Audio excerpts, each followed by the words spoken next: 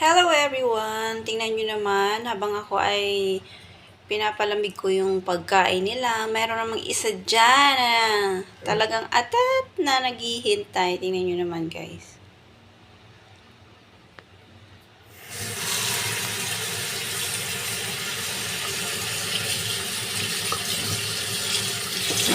Yan. At saka talaga yung naghihintay dyan. Ngayon talaga siya, nasa lumang. Inaano ko pa kasi sa tubig yung pagkain.